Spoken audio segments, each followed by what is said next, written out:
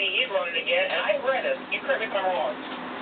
$5 million. That's how much it costs to get him out of his seat. I'm glad he's running again. He's not backing down. He's a progressive like I am, like you are, like the members of my club at FCCU, the FCCU Dev. We are not backing down. We are not going to shut up. We are progressive, loud and proud. Red, white, blue, we love this country. We are not backing down, Ed.